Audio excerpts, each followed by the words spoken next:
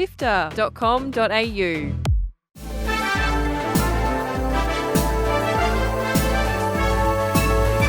Hi, I'm Kyle Paletto. And I'm Fiona Bartholomaeus. Welcome to Walkthrough, Sifter's weekly recap on the biggest news in video games. This week, it's officially real. The Nintendo Switch 2 has been announced. Bungie was working on a MOBA Smash Bros. Clone, and it is maybe, possibly, Hollow Knight Silksong time. Here's the news for Sunday, 19th of January. Let's go.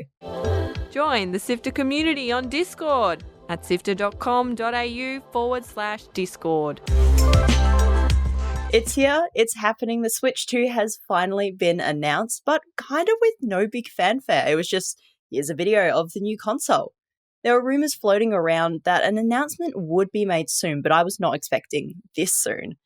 From the first look trailer, the Switch 2 has a bigger screen, bigger Joy-Cons, a bigger inbuilt kickstand, and magnetic Joy-Cons, which I think is really cool.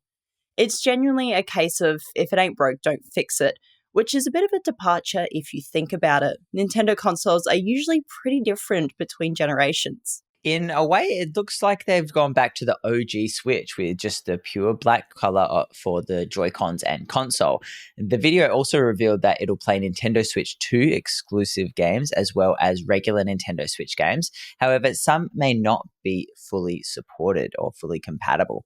There aren't many more details besides its appearance in the video. However, there will be a Nintendo Direct on the 2nd of April where we should learn much more. And if you live in Melbourne or one of the handful of other cities around the world, you can register to be part of the Switch 2 hands-on experience in May. We'll drop a link to that in the show notes too. A new team-based MOBA game was rumored to be in development by Destiny creator Bungie. However, now it's in the hands of an unnamed PlayStation studio. The game, codenamed Gummy Bears, is said to take inspiration from Smash Bros. And is described as colourful, lo-fi, and cozy. Not sure how a fighting game is cozy, but hey, I'm looking forward to finding out how that works. After Bungie's recent restructure, the game is now in the hands of a new Sony studio consisting of 155 people, with roughly 40 of them being developers from Bungie. Unnamed sources says the game has been in development for 3 years and it uses a percentage-based damage system, so a bit like Super Smash Bros.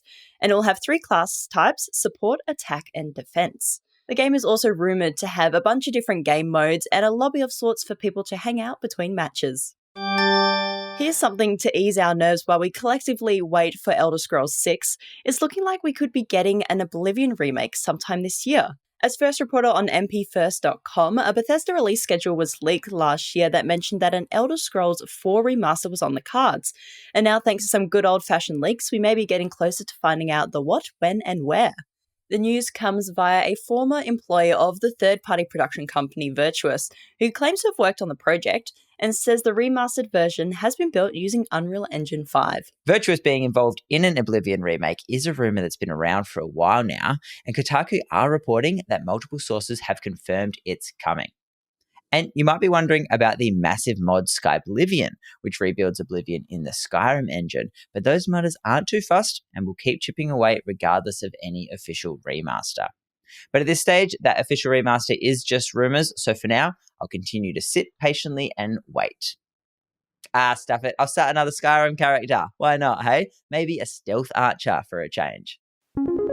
Okay, guys, it's happening. It's actually happening. Forget about the Switch 2 reveal. I'm over it already. I don't care. There's only one reveal that I actually care about.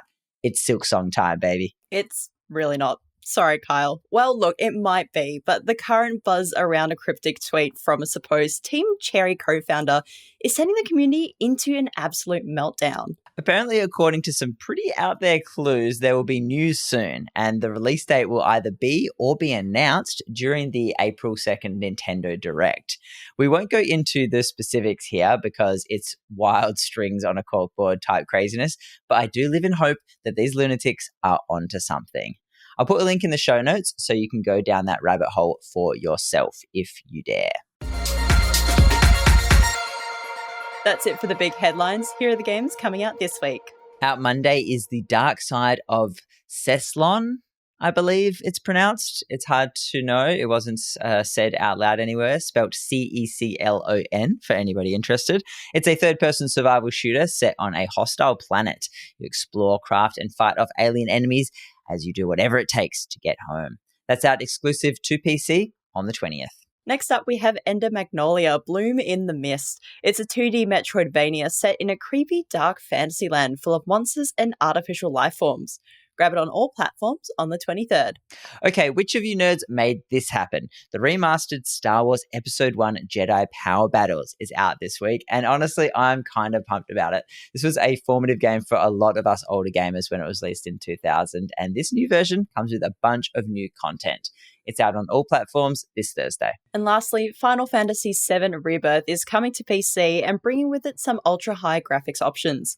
Just another great reason to not fork out for a PS5 Pro. That's also coming out on Thursday. Articles to read, Videos to watch. and podcasts to listen to. sifter.com.au. This has been Walkthrough by Sifter. My name is Kyle Paletto. And my name is Fiona Bartholomeus. Thank you so much for listening. We know you love our podcasts, so why not become a monthly backer on Ko-Fi? Your support lets us keep making our shows, and it's easy to do. Head to sifter.com.au/support, where support starts from just $1 a month. That link again is sifter.com.au/support, or check the show notes. Sifter is produced by myself, Kyle Paletto, Adam Christou, Courtney Smith, and Chris Button.